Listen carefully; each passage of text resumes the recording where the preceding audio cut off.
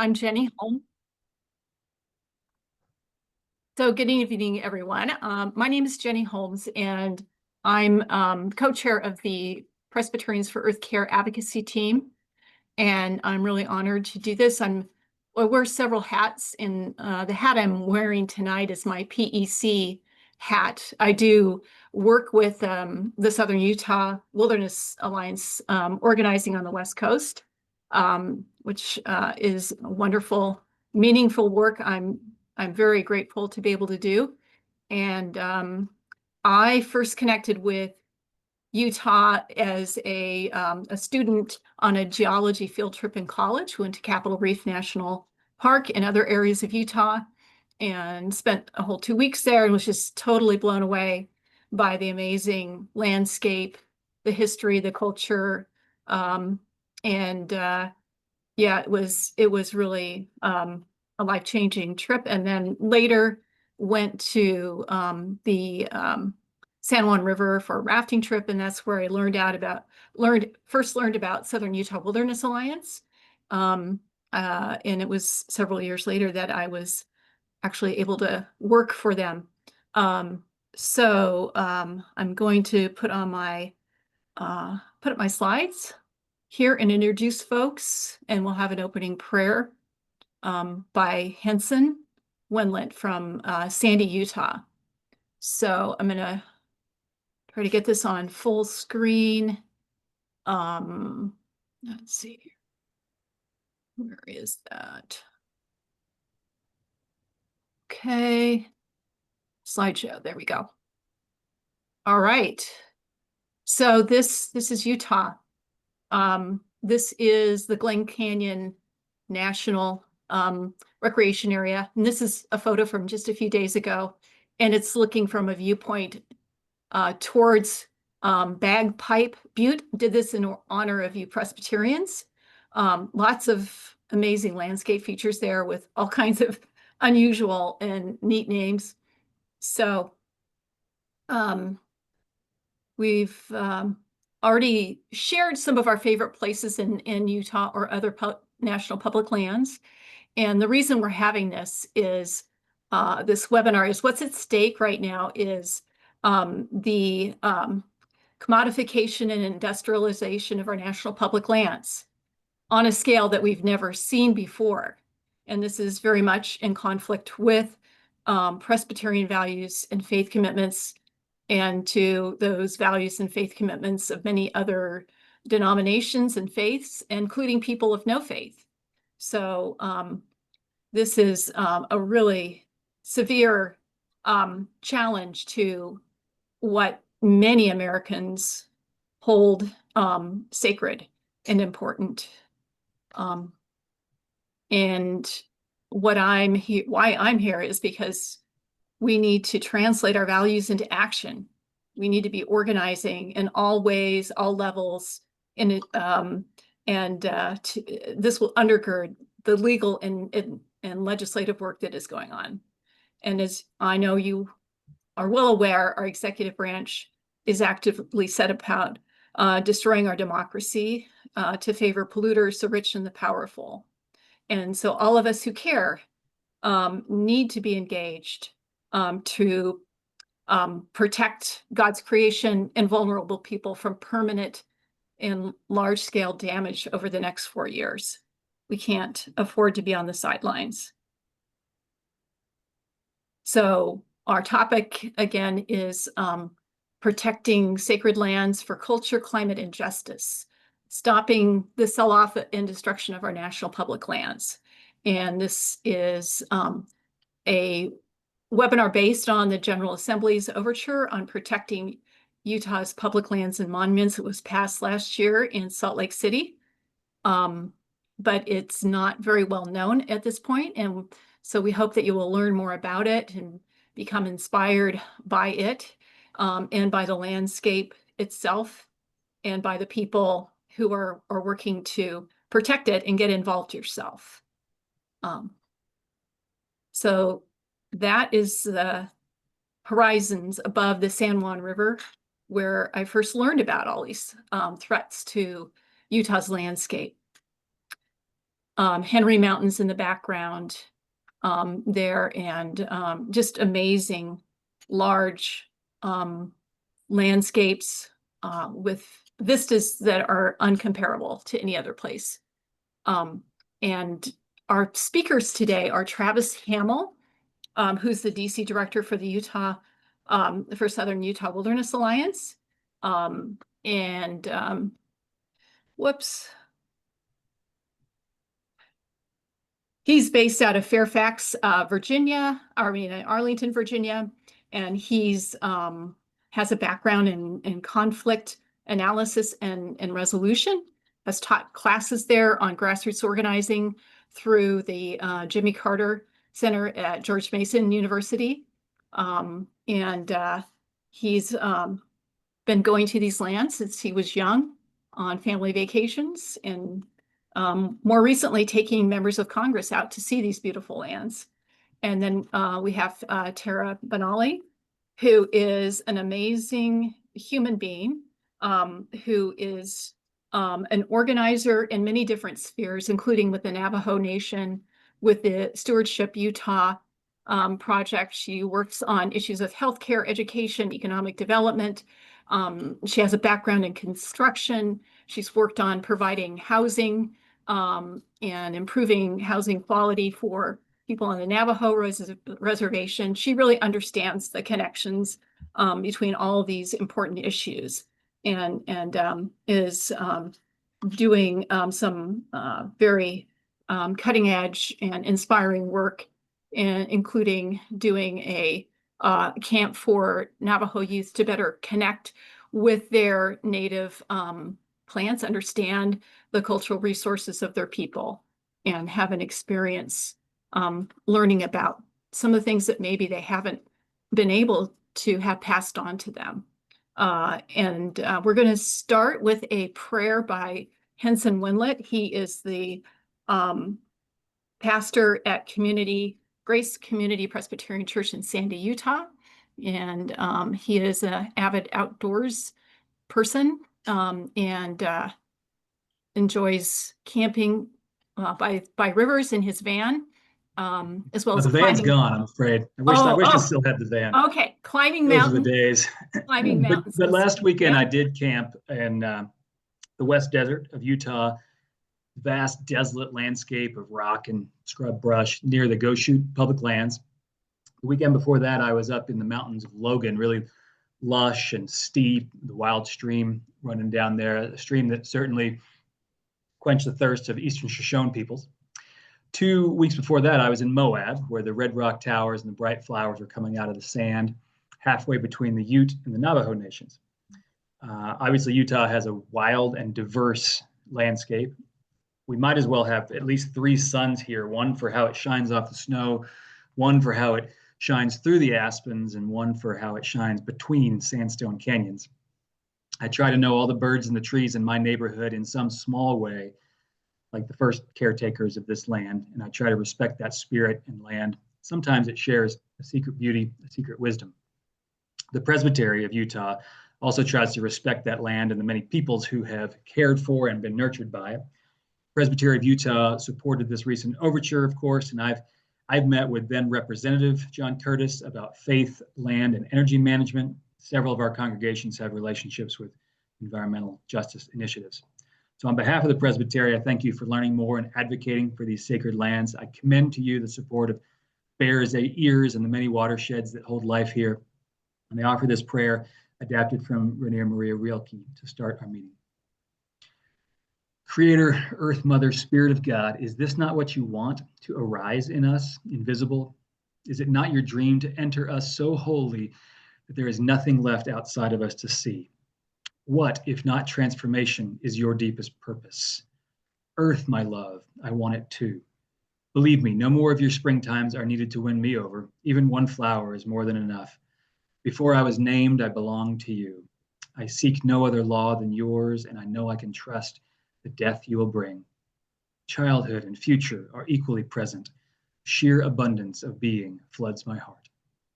Amen. Thank you, Henson. That was beautiful. We really appreciate it. And we'll go right into hearing from Travis, who's going to share some basic definitions around public lands and give us a grounding. Awesome. Thank you. Before I get started, I do want to thank you all. I grew up in the Cumberland Presbyterian Church that my grandmother has always been a part of in East Tennessee. And though I no longer practice a faith, I'm grateful for faith communities because of the perspective that you bring. So I just want to say that I appreciate you all for being here and working on these issues. So thank you.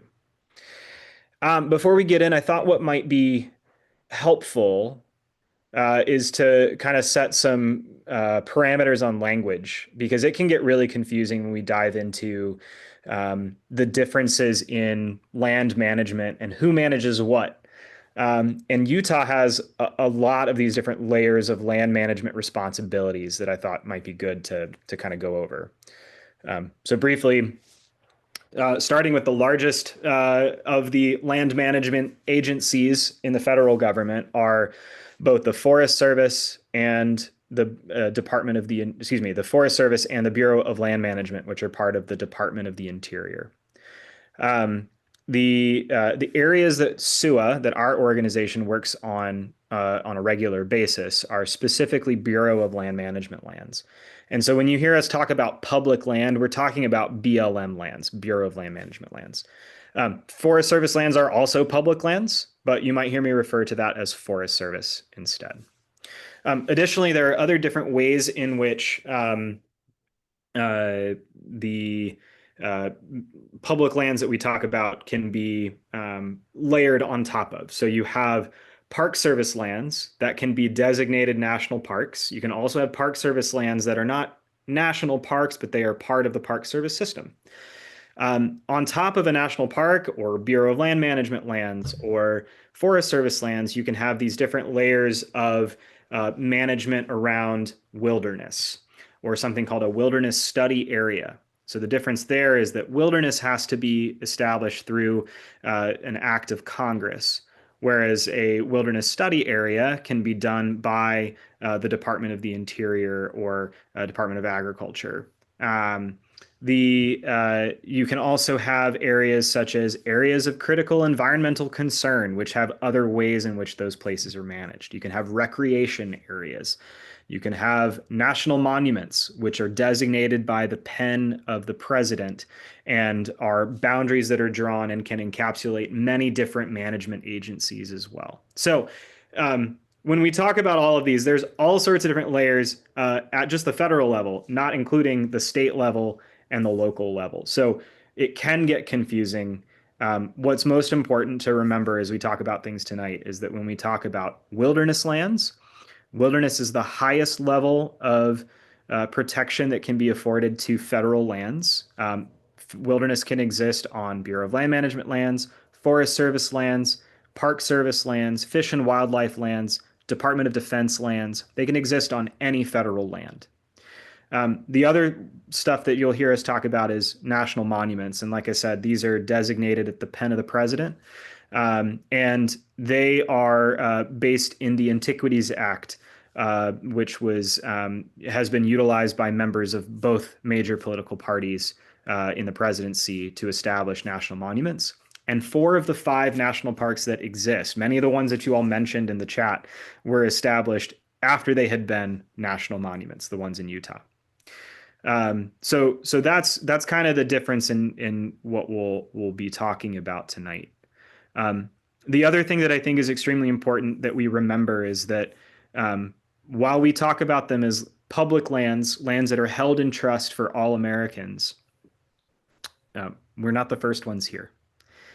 There are many different groups of people that call the area that we're talking about tonight home, origin, birth.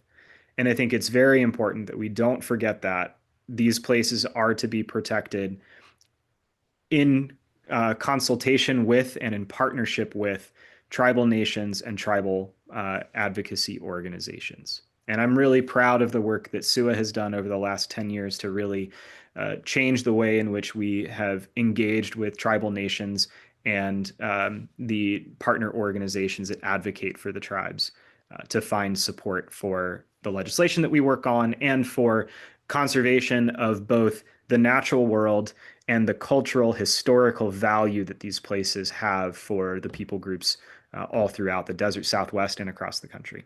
So before we dove into things, I just wanted to kind of lay out the differences amongst things here. Jenny, does that cover what you were looking for? Yeah, thanks so much. Sure.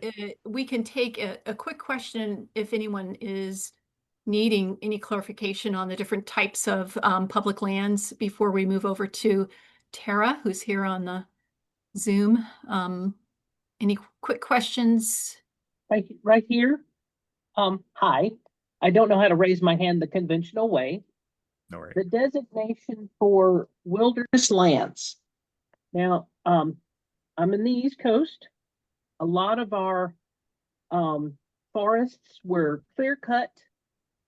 And years ago, I was in a situation I didn't quite understand, that some advocates wanted to take land that had been clear cut and designate it wilderness. And the disagreement was that since it had been clear cut, the natural balance of trees had been disrupted. And so the natural resources folks didn't want that designation because they wanted to be able to nurture it and plant things that can actually, that should have still been there. Mm-hmm. Is this, when we're talking about wilderness lands, are we talking about things that can not harvested, but that can be managed like a gardener? That if the kudzu gets out of control, that can they do something about it? That's my question. Sure. So that's a great question. So we don't have kudzu in Utah yet. I live in Northern Virginia, where I have an overabundance of it. And to speak to that particular issue, I don't know exactly the details and the history there. I do know of instances such as in the Dali Sods Wilderness, which is in Monongahela National Forest in West Virginia, and one of my favorite places to go backpacking. It's actually an old military proving ground that at one point was forest and is now alpine meadow swamp kind of area. And it's a designated wilderness, even though it at one point had been not clear cut, but clear exploded. So that can exist. And like I said, I don't know about the details of the one that you're thinking of. But as far as the areas that are in the bill that we'll talk about in a little bit, America's Red Rock Wilderness Act, the places we're looking to protect as wilderness are places that truly have not seen development at all. They have been stewarded and cared for in the natural indigenous ways that indigenous people have done for thousands of years. But these are places that have not seen that damage from development, either by roads or building or off-road vehicles or those types of things. It's a great question. And it's different in the West versus in the East, and each state has their own goals and needs, and the proximity to cities and towns is also a part of the factors there too. So it's a complicated deal-making situation for sure. Okay, well, we need to move on to our next speaker, Tara Benally. She is in Utah, and I've already given you some of her background, but she's going to talk a little bit about the significance of the Bears Ears National Monuments and the importance of traditional indigenous knowledge and managing these sacred landscapes. Hello, everyone. As Jenny has said, my name is Tara Benally. I grew up here on the Utah portion of the Navajo Nation down in southern San Juan County, Utah. I've lived here most of my life. I was introduced to the Bears Ears landscape back at a very young age. My grandmother was an herbalist. She collected medicine on Bears Ears and other mountains in the region, such as the La Salle Mountain, the Grand Canyon area and stuff. And so my introduction to the land was at a very young age. But having to go to school and find a job or make a career, make a living, all of these things, that knowledge was taken from me having to create my own life and become a young adult and do other things. And I didn't get reconnected to these spaces until around about 2013, when my mom was first approached by my brother Mark Mariboy, who is related to me through clan and also through blood. Mark Mariboy is my mom's cousin, but through clanship he's my brother, because we have both the same clan. It's very complicated, and we can all sit down and talk about it sometime if we need to. But we had Mark Mariboy at the time was a county commissioner. Was not a county commissioner, I'm sorry. And so, but he was approached by one of the governors and wanted to, there was talk about land issues around the Bears Ears National Monument, around the Bears Ears region before it became a national monument. And he was asked if Mark and the tribe, the Navajo Nation, would like to be a part of those conversations. And Mark thought about it and says, yes, I feel like this is a conversation that the tribe needs to be having, especially the local Navajos, the healers, the knowledge keepers, the herbalists such as my grandmother, and just us as residents of the place for so many hundreds and thousands of years. And so being able to be a part of the Bears Ears Monument back in 2013 was when I first was involved in the conversation, after my brother Mark had approached my mother, and the conversation around Bears Ears and what that meant for the people. Like I said, I hadn't been reconnected with the region until about the mid 2013, when Mark had come and visited my mom. So being able to have those conversations with Mark and other community members, I was able to get an understanding of why the nations around Bears Ears needed to participate in this conversation. Originally, it was just for the Navajos to have these conversations because it was in the state of Utah. But for the most part, one of the arguments that I had with one of our representative was that this region does not only apply to Navajo, but it applies to Hopi and other of the 5 tribes that make up the coalition, only because I am born for Hopi. I am Hopi first and foremost, but I was raised on Navajo. We were adopted by Navajo, but I'm 7th generation Hopi. And so just it being a conversation around Navajo, that was something that wasn't something that the Utah delegation understood. There was other tribes within the region that used the Bears Ears region for their traditional practices and cultural practices. And so being able to be a part of this conversation has brought forth a lot of knowledge in what we needed to preserve and what we needed to do as traditional conservationists from this region, within this region. One of the things that I like to share with individuals who have never been to the Bears Ears region or has never had these conversations about conserving this area is that my family used to migrate up into those areas seasonally. My mother recalls a time back in the early 1950s when she was just a young girl migrating up to Butler Wash area, which is just down below the Bears Ears region.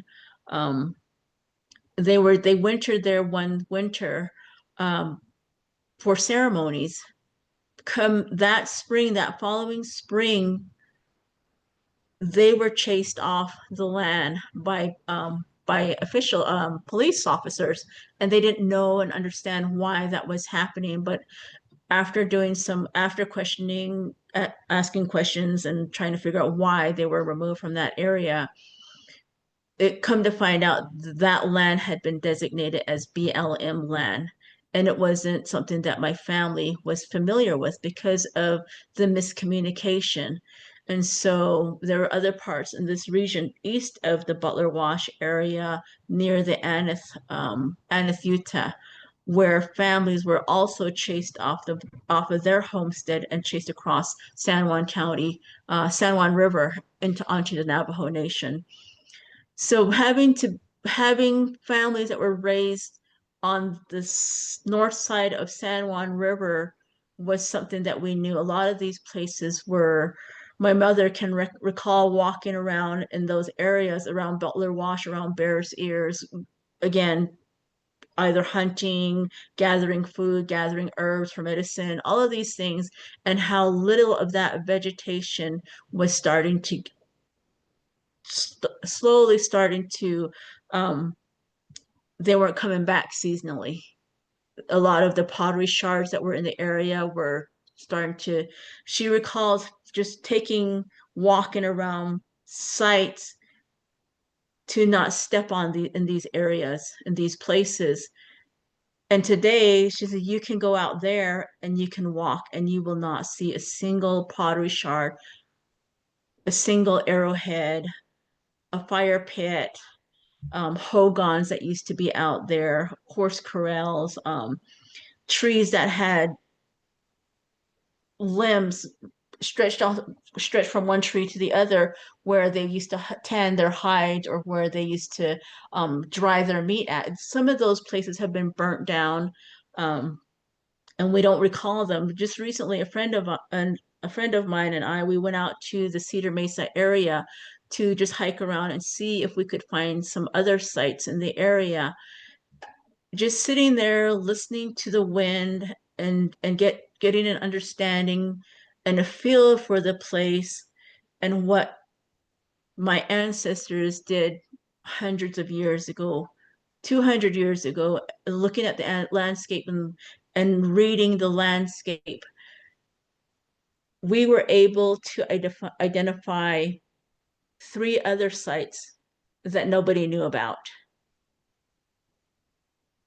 So there is a big significance and understanding of just reading the land and understanding the land. As natural conservationists, these are reasons why we want to protect it. And SUA has helped to make that possible. Utah Nebuchadnezzar, when it was first established, helped to make that possible in these conversations. So a lot of this stuff had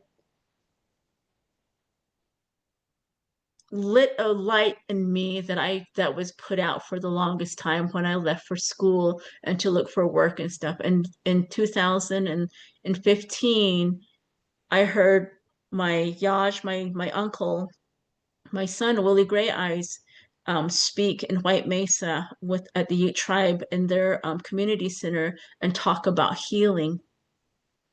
When he said the word healing, it resonated with me. I am like, this, it just that feeling of coming home and relating to what Willie was saying in that moment, in that space, in that region, reconnected me to what my grandmother taught us, how to live off the land, how to read the plants, how to understand their growth, how to be able to take care of those plants and even the animals, how they migrate and where and when they're available throughout the year. What Willie said in that time really helped me to understand why this was important, why Mark, my brother, was taking the initiative to take the lead on sitting at the table and having these conversations with individuals, with the Utah delegation, why we want to be a part of this conversation, because it was crucial to who we are and where we came from and what it meant to us growing up. At that same meeting in White Mesa, Mark also talked about that this isn't just for us. This isn't just to put our name on some billboard or in some newspaper or in a radio ad, but this was for the people, to give back to the people, to help them to realize that there's still fight out there that needs to be done. We still need to reconnect with our communities and be able to stand our ground and say, yes, these are our homelands. They need to be protected. There are reasons why. These are living, breathing areas. The ecosystem itself breathes and talks to us. The wind talks to us. The rain, the plant life, all of these things, we embody it. It's something that people who have never had these conversations with Native Americans, with indigenous nations, cannot begin to fathom what that means. And at one point, we were invited out to the House on Fire, just right there on Cedar Mesa with another group. And when we hiked out there, there was a young family there, and they were letting their children climb in and out of that ruin. And one of the kids dislodged a stone from the ruin, and the mother didn't know what to do with that stone because her child had given her that stone, and we were standing there watching the whole thing happen, and the lady looked at us for guidance and just looked at her child and didn't really know what to do with that stone, and so she just set it on the ground. And my mom was like, wait a minute, that stone had a purpose. That stone is living and breathing, and now it's been displaced like we have been. And so the lady, she didn't know what to do with that stone. If she put the stone back in place, it was still moved. It was that disconnection has been made. And so my mom was like, it's up to you. This is something that we care about. This is something that we cannot touch because we know it belongs to somebody. And this has happened. And so the lady just proceeded to put the stone on the ground, on the sandstone, and didn't know what to do, and just took her child and they left. And we started to talk about it, and it was like, that stone had a purpose. It had a purpose in life. It was there for hundreds and thousands of years to make that wall. It helped to protect a family. And now that is lost. And that's what's happening on the Bears Ears National Monument, where a lot of these ancestral sites, when people come to visit and we ask them to visit with respect and care, that whole idea of it being a living and breathing entity is lost on them. And so being able to be a part of this group and these conversations has helped us to open others up to the idea of what we represent and what we stand for, and why our protection and respect for these areas has lasted for over hundreds and thousands of years. And SUWA and other organizations like Utah Nebuchadnezzar, gosh, I can't think of the other organizations right now. But so just being able to be part of these conversations to help protect these areas is really crucial to us, because it's a part of our living, breathing family as well. It's something that sustains us, that has sustained us for hundreds and thousands of years. Extractive industries wanting to go into these places is going to do more damage and harm. And one of the things that I really struggled with early on in this movement was my traditional knowledge has been reopened. When Willie and Mark said those things in that meeting in White Mesa, it opened up this world that I had encased inside myself, because I went off to school. I went off to be a part of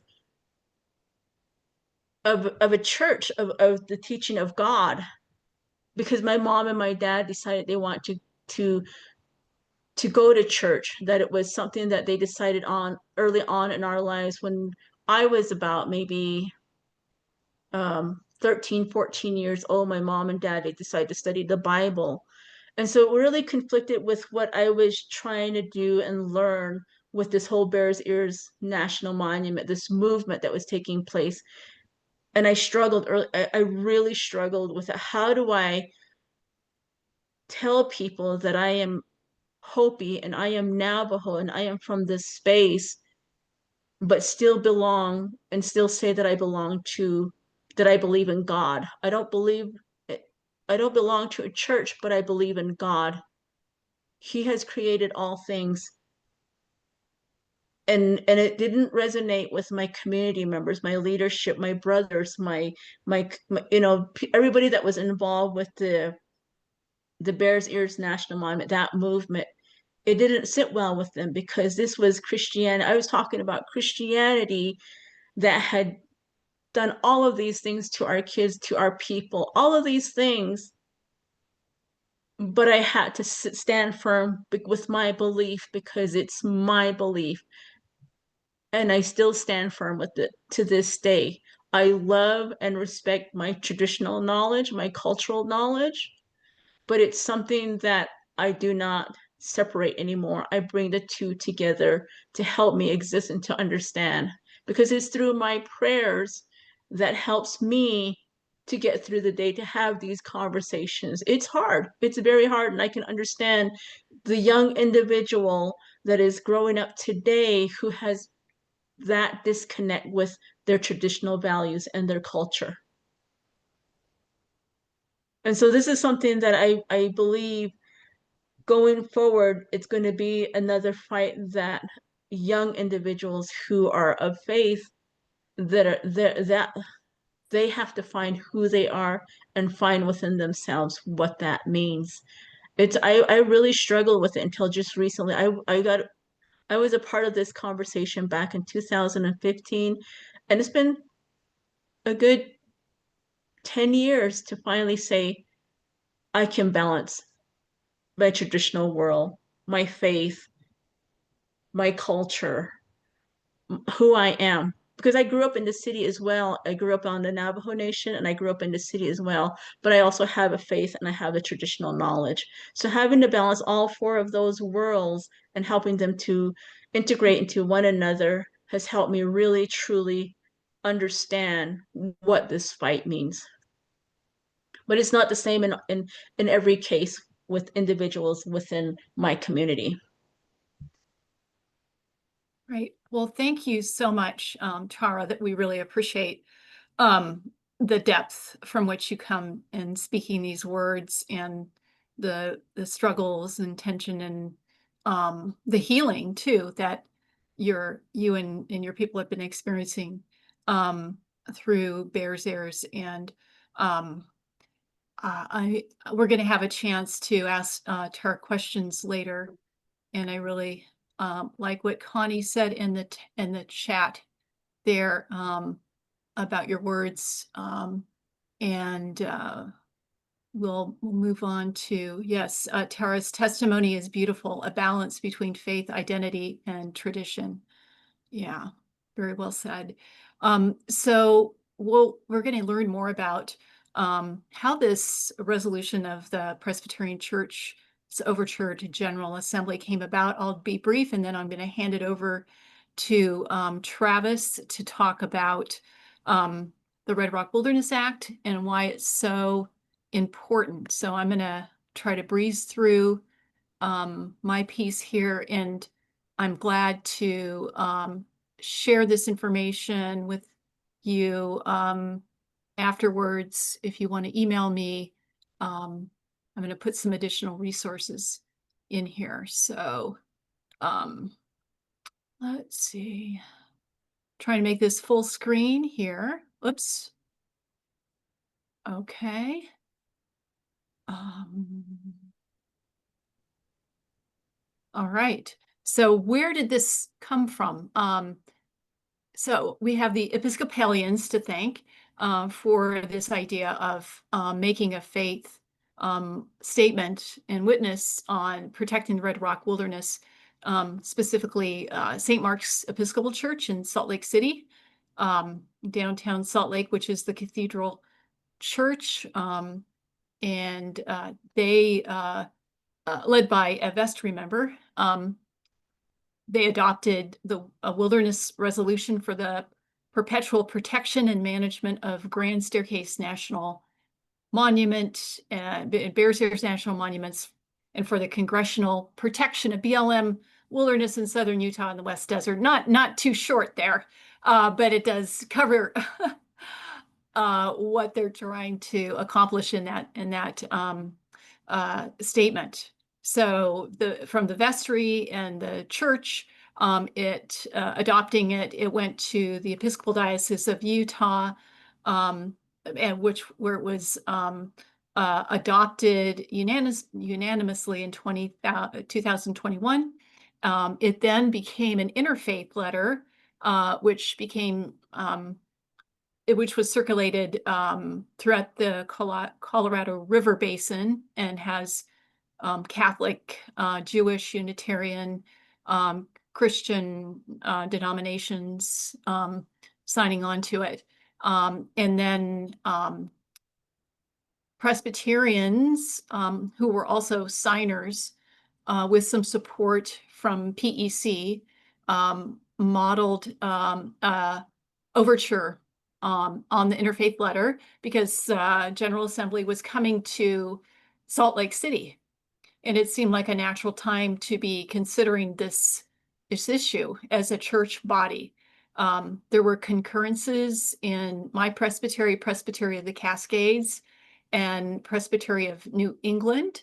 And that is, I guess it's no longer needed, but at that time it's needed for something to come to General Assembly, needed to be concurred with or approved by at least a couple other presbyteries. And then it went on to the General Assembly in Salt Lake City in June 2024. It was voted out of its Domestic Affairs Committee with a majority vote, and then passed on a consent agenda vote and became General Assembly policy of the PCUSA. It has three main actions. One is to join with other denominations of faith leaders in signing on to this interfaith joint statement. And then two, asking the Office of Public Witness to advocate on behalf of the PCUSA for America's Red Rock Wilderness Act. So we're still working on getting them as a signer of the Utah Wilderness Coalition letter that asks members of Congress to be co-sponsors of the America's Red Rock Wilderness Act, and then encouraging congregations and individuals to learn about the Bears Ears National Monuments from a tribal perspective, and to work with organizations who are actively working to protect this landscape. So we're going to focus on number 3 primarily as I close this part of it. But as far as the biblical basis for this overture is concerned, it's pretty short, and it confirms things that the church has already done. So our Book of Order now, which is the guidance constitution of our church, says that God sends the church to share in the stewardship of creation, preserving the goodness and glory of the earth God has made, and includes caring for God's creation and the commitment to participate in Christ's mission. So this is not a optional thing. This is considered integral to our faith. It's not just a pick and choose, but this is who we are. This is part of our identity. And it includes the value of wilderness to our spiritual development and formation. So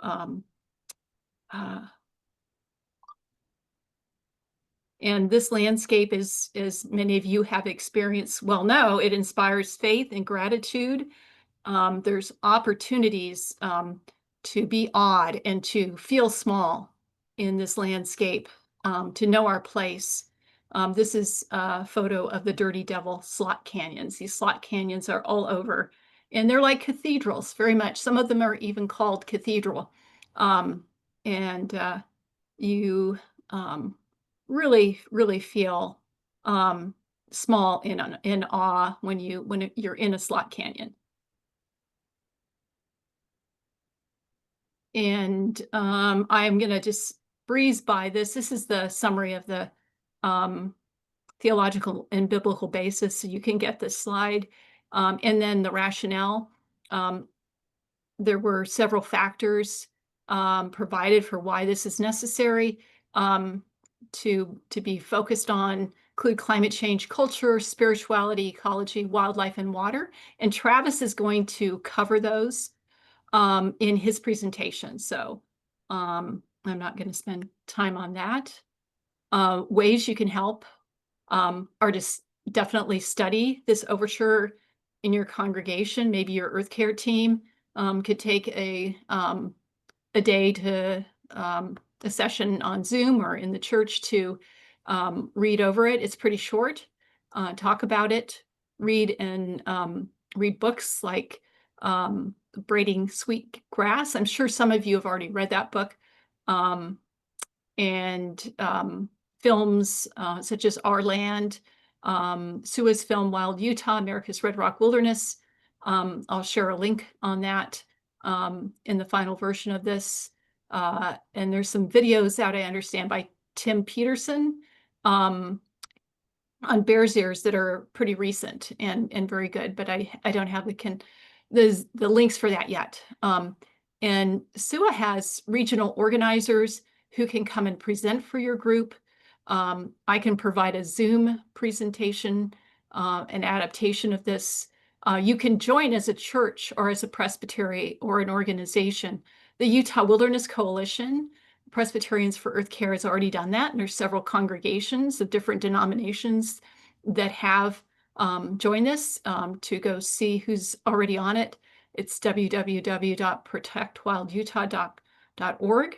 And of course, we want to pray for these lands and the people who steward them, and especially those with traditional indigenous knowledge, like people who are actively involved working with the BLM on the Bears Ears management plan. And we don't know what's going to happen with Bears Ears in this administration, but a pretty good management plan was developed that incorporates traditional indigenous knowledge, and we'd like to see that move forward. But there's a lot of uncertainty, which is kind of the point of this administration, to create that uncertainty and instability. And you can also go there and help the land directly by participating in SUA's stewardship program. There's also one with Grand Staircase Escalante Partners. Might be something for your young adult group or an intergenerational group that's looking for a way to serve and learn. For advocacy, I'll just come back to this and I'll let Travis move ahead with his presentation. But here's a few pictures, people involved. And this is a quote from a letter that just came out today in honor of Laudato Si. And I like what it says here in the second line, that Indigenous communities are not merely one minority among another, but should be principal dialogue partners, especially when large projects affecting their land are proposed. And there's a lot of pressure now to expand oil and gas drilling, mining, and so forth. The need to talk with local communities and sovereign tribes doesn't seem to be a part of the picture. So I was glad to see them standing up. So I'm going to hand it over to Travis now to talk specifically about America's Red Rock Wilderness Act. Great. Thanks, Jenny. And I'm going to share my slides here as well. Apologies for the back and forth. So America's Red Rock Wilderness Act is the legislation that's the driving force behind everything we do at SUA. It's the North Star for us, if you will. what I want to do is go through just kind of a little bit of the progression of where we've gone. Sometimes when I talk about this and people ask, like, well, how long have you been working on this? America's Red Rock Wilderness Act is as old as I am. It was first introduced in 1989.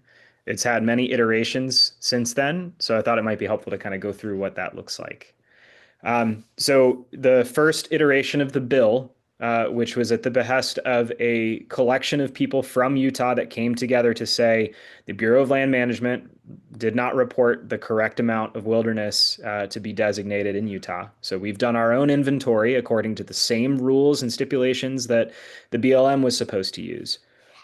And Utah Representative Wayne Owens at the time was the one that first introduced it into the House. It was nearly 6 million acres of federal lands, federal BLM lands, to become wilderness.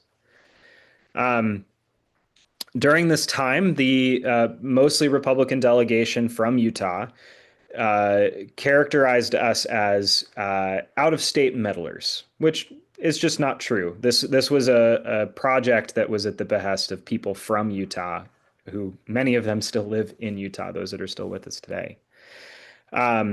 This bill was not introduced until 1997 in the Senate, when Senator Durbin was the one to introduce it into the Senate.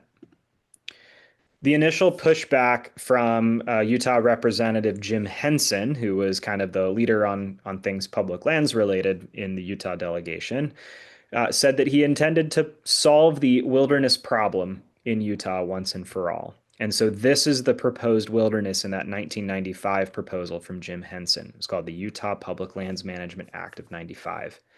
It was 1.8 million acres in total. And we were told, you better take this. It's the best you will ever get. I can happily say that we've already gone well beyond this in the years since. So here's where we've been. So this was the original proposal from 1980 from the Bureau of Land Management. Everything you see in this gray brown color near the national parks and here in the West Desert. Over time, additional inventories were able to be done, and the Bureau of Land Management was required during the late 1990s to do a re-inventory identifying additional lands with wilderness character. And as you can see, it almost tripled in size, the proposed areas. Later on, there were additional areas that were protected as wilderness. So there was the Cedar Mountain Wilderness in 2006. That's this area right up here. There was in 2009, the Washington County Wilderness Project, which you can see is huge swaths just outside of Cedar City and St. George and some along the Nevada border. After that, there was the Emery County Public Land Management Act.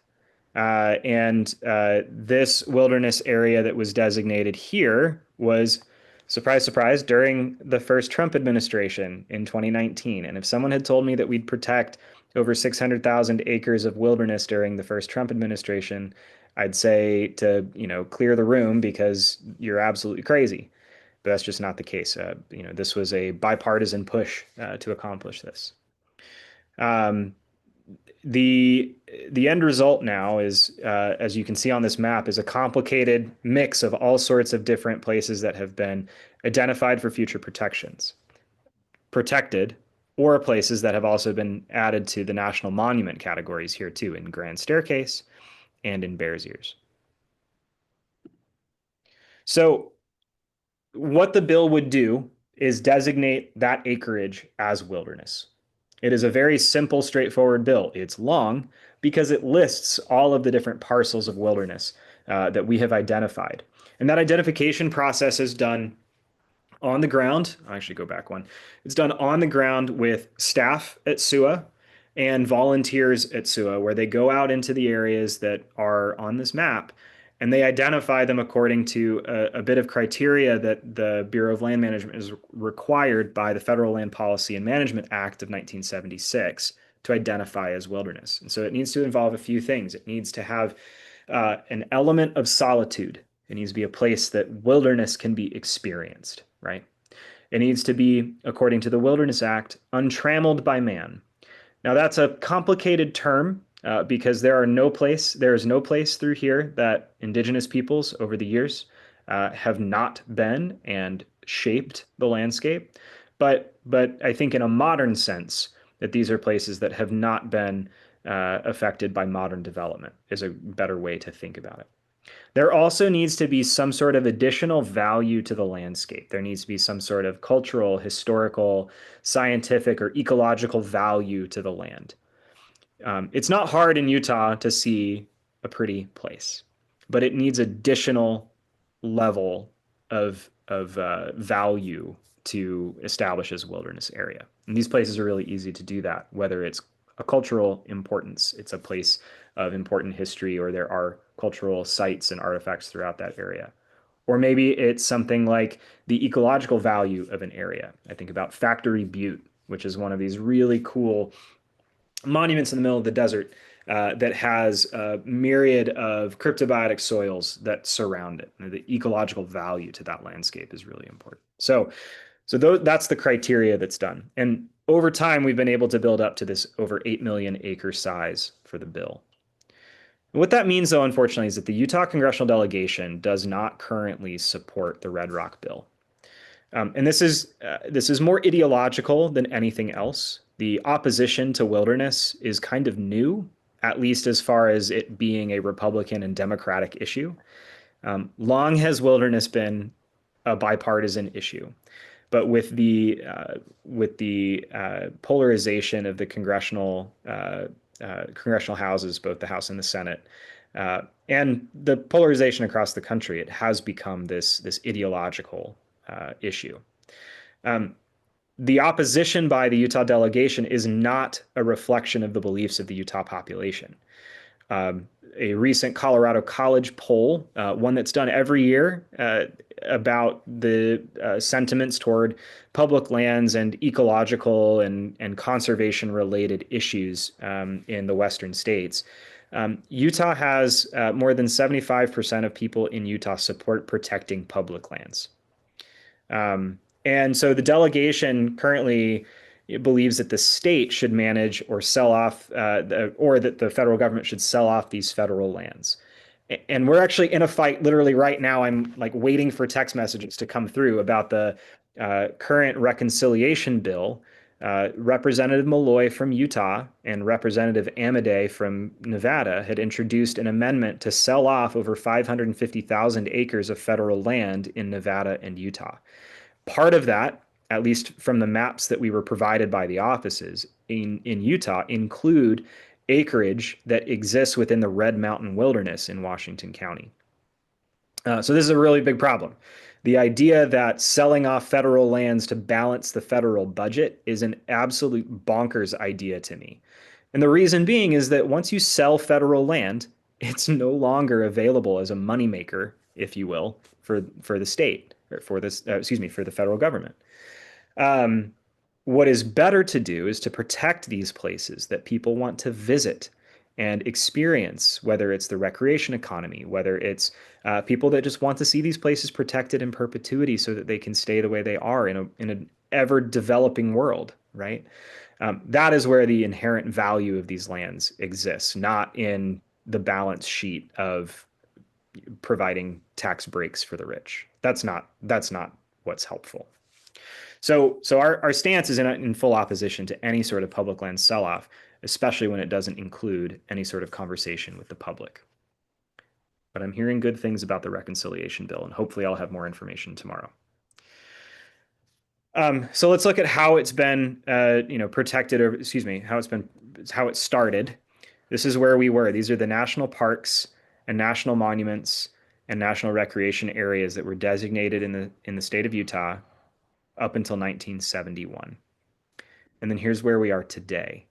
So you have those national parks, you have those wilderness areas, you have those BLM identified wilderness character areas, you have those national monuments and those places that have been designated wilderness. This is a huge amount of work that has been done by my predecessors here at SUA, by partner organizations in both Utah and across the country, and also by people like you, people who come to these types of webinars or presentations about the work of why it's important to protect public lands. And so what I would hope is that from today, you don't leave with just the information in your head.